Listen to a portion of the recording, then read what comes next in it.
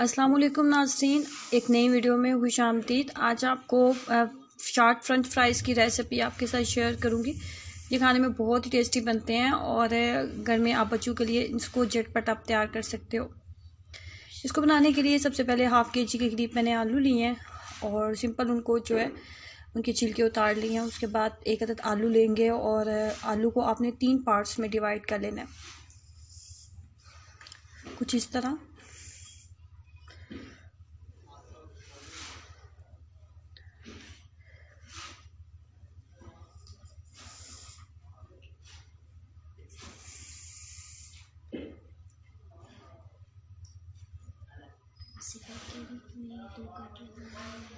और equal sizes में आपने इसको कट करना है।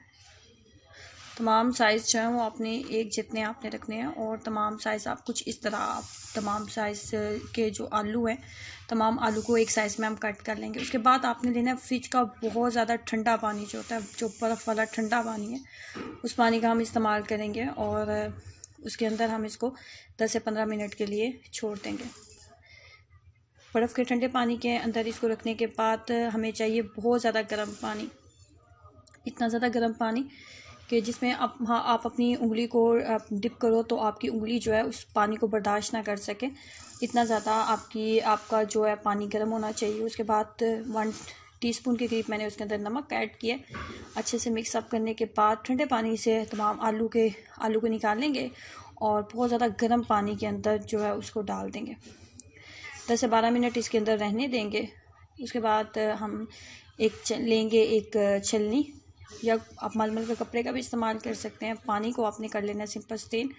इसको ऐसी जगह पे रखें जहाँ पे इसको धूप लगे, या फिर आप इसको सिंपल पंखे के नीचे आप रखें ताकि इसका जितना भी एक्स्ट्रा पानी है वो ड्राई हो जाए। ये करना बहुत ज़रूरी है। जितना आप एक्स्ट्रा पानी ड्राई कर लेंगे इतने ज़्यादा क्रिस्पी आपके बनेंगे। इसे कुछ टाइम के लिए इसको पंखे के नीचे रख देते हैं। फ्लेम को कर दिया था मैंने हाई, और जब मुझे लगा कि कुकिंग का अच्छा खासा गर्म हो चुका है तो उसके बाद तमाम आलू जो मैंने उसके अंदर ऐड कर दिए थे और अब मीडियम फ्लेम के ऊपर रखते हुए हम इसको इतनी देर तक फ्राई करेंगे कि इसके ऊपर एक मुनासिब सा जो है ये एक जो मुनासिब से क्रिस्पी जब तक ये नहीं हो जाते उतनी देर तक हम इसको फ्राई करेंगे। बहुत ज़्यादा हाई फ्लेम के ऊपर इसको अपने फ्राई नहीं करना, बस दरमियाने साइज़ के आप मीडियम फ्लेम के ऊपर ही हम इसको फ्राई करेंगे ताकि ये अंदर तक बहुत अच्छे तरीके से कुक हो जाएं। ये बहुत अच्छे तरीके से क्रिस्पी हो चुके हैं और ये इसकी फाइनल लुक है बिल्कुल इस तरह।